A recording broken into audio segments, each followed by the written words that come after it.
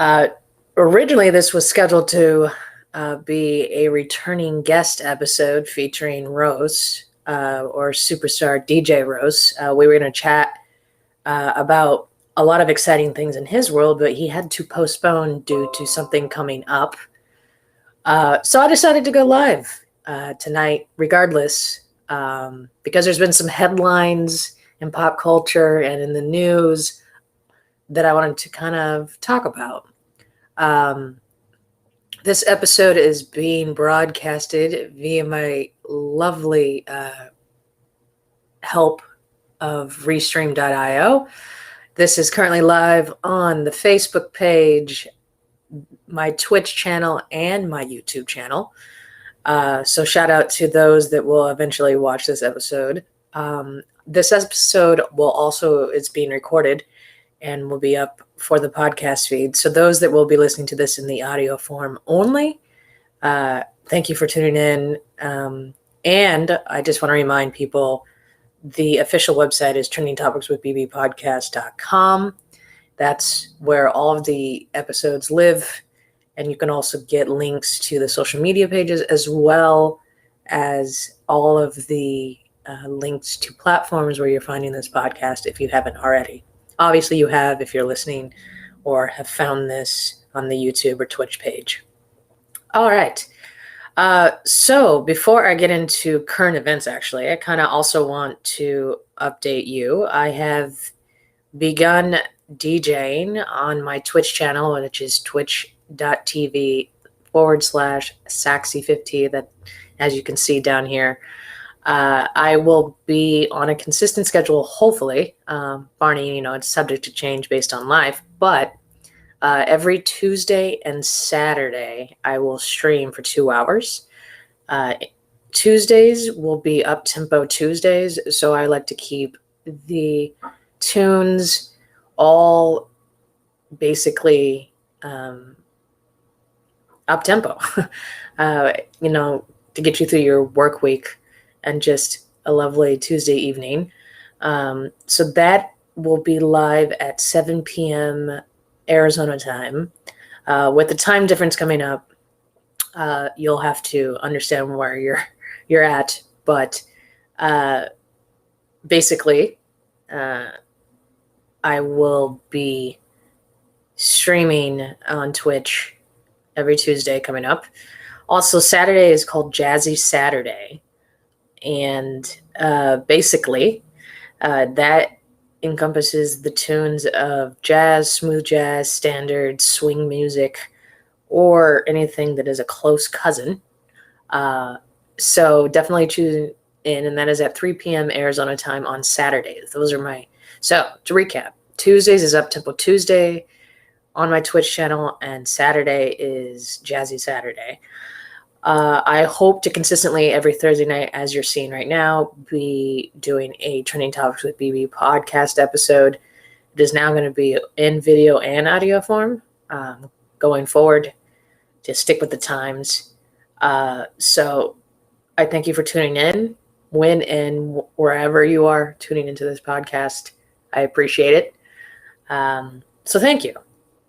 All right, so now that all the nonsense of it's not nonsense, but the housekeeping is out of the way, I kind of want to dive into some current events. I know it's kind of almost been a week, but let's dive into it. And I know all the late night hosts, a lot of social commentaries have been said about this upcoming, what I'm about to talk about.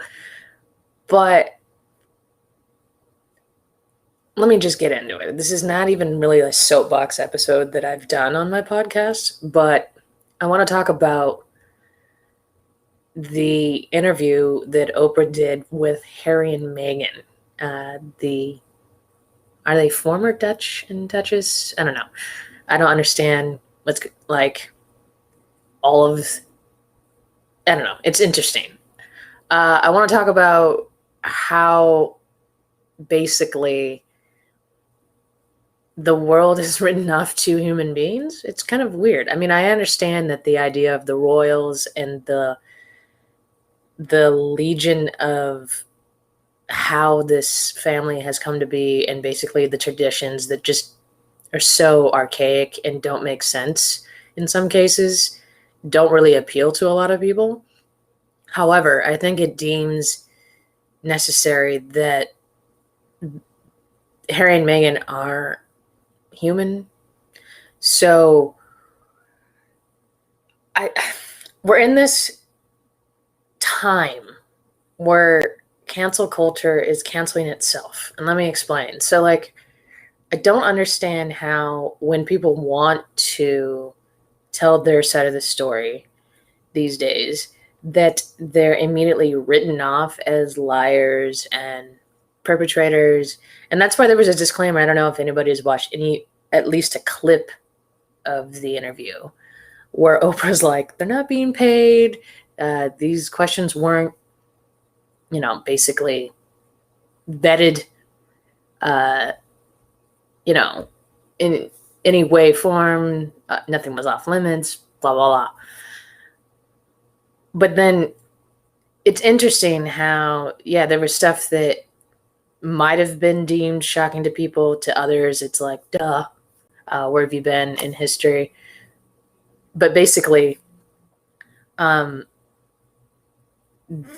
came out and was like, well, not only is the press in the UK just relentlessly, obviously racist, but they bully and they have created mental health issues for them to want to leave the life that they were living in London under whatever public service is deemed to be for a prince and his wife and his family to continue. And yet people are obviously you have certain people in the media who wrote it off as them lying or Meghan lying or not believing it all. I've spoke about mental health on this podcast many times, and the number one problem with what's going on with mental health is the fact that there's a stigma surrounding mental health. If somebody says they need help, get them help. Don't say, oh, I went through this, or just get over it. If somebody is literally finally has the courage to seek out help to somehow alleviate all of the problems they're having with their mental health, then you fucking do it. And it requires that expletive to get it across. I've been there myself. I've talked to many people on this podcast in previous episodes. I've been doing this podcast for almost 9 years, about how the embarrassment and the shame and the stigma surrounding some mental health has kept people from getting the help they need. So it's just interesting that part of the interview was about the fact that Meghan and Harry both went to people within the royal family or palace or whatever they're deemed it, and nobody was willing to help them. So that's one issue, along with the specific deep-rooted racism and overall crap that went on. But I guess the reason I brought this up is that it's just interesting how the internet and people, mainly they're like, well, she knew what she was getting into. She claimed she didn't. Some people didn't even pay attention. I mean, regardless of what you believe, why are you blaming, in this case, the victims? Why are you not even giving them benefit of the doubt? And for those who haven't been following any of this over the years, I dare you to check out the headlines of the last 4 years since they've been married in the UK. They're really brutal and obviously meant to bully. I mean, the comparisons between the headlines of the same sort of behaviors or anything related that Kate Middleton did with William in terms of around their wedding and then now as parents in comparison to what the headlines are for Meghan and Harry, it's blatantly obvious that they were trying to bully and cause an uproar and make money off of these headlines. But it's time that the tabloids and the media be held accountable for their bullying, because obviously it's now backfiring. I mean, when you have them, yeah, they went to Oprah. Obviously, that's a whole nother thing. I'm not the biggest Oprah fan. But if you go to somebody of, I guess, said media in the US and you try to explain your story, or you do explain your story in some cases, obviously, according to what I've read and know about the interview, it was like almost a 4-hour conversation that Oprah had with them that they edited down to like an hour and a half.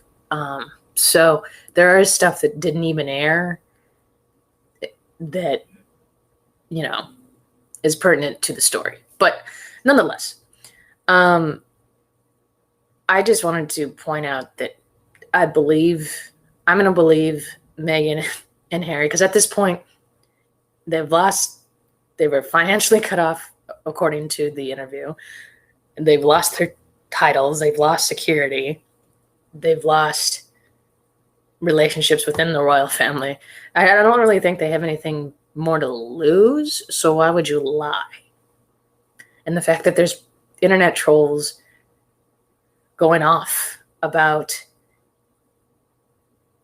them possibly lying to make money and whatever claims that there is out in negative internet land.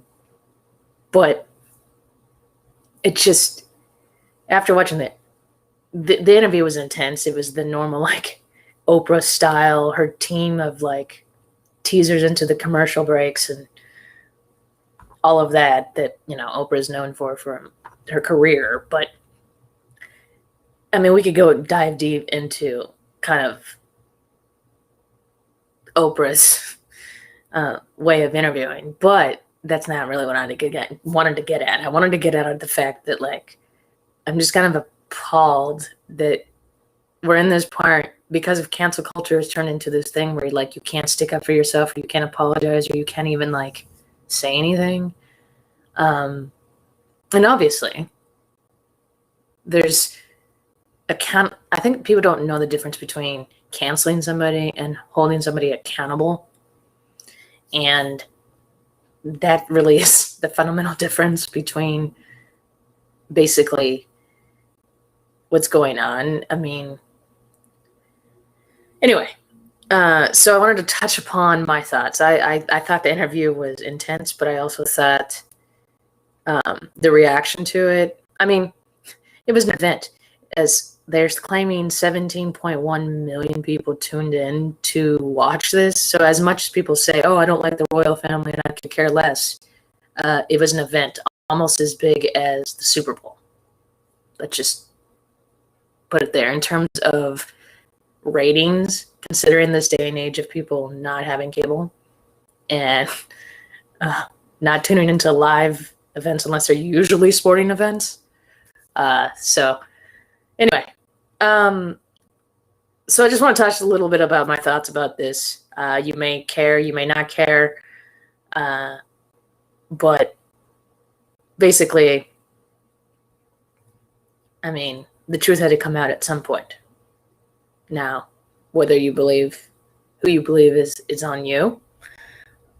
And, you know, obviously there's a lot more to it, and there's a lot, you could dive deep into it, but for the sake of what I wanted to speak about, I felt that a lot of it wasn't shocking to me. But I also have been following kind of the story, and kind of just these headlines are just so mean. It's just, look them up, people. I mean, the tabloids in the UK are fucking relentless. It's pretty intense. So anyway, also, I did want to talk a little bit about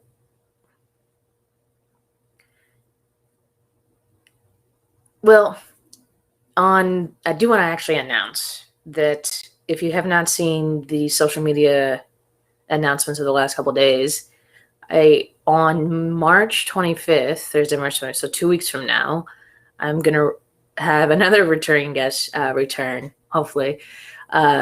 Nick Gunn, who's been on this podcast twice, really prevalent in the music industry, has a new album out called Sound Condition. We'll talk about that. He's also going to offer some insight into the music industry in terms of how to make money in this day and age, how to get signed.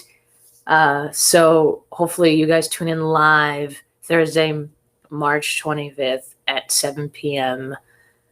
Arizona time, which at that point will actually also be Pacific time because of the time daylight savings. So definitely check out the event on the Facebook page and on the Instagram, and being shared around. And next week on the pod, I'm doing a series of returning guests on this podcast. Next week, I'm going to talk about, learn a little bit more, and bring back Nature Hacker, who's been on this podcast in the past in 2 iterations. We are going to discuss the world of cryptocurrency, as well as this whole NFTs things that's going down, because NFTs directly relates to a lot of art, and specifically music is a huge topic on this podcast.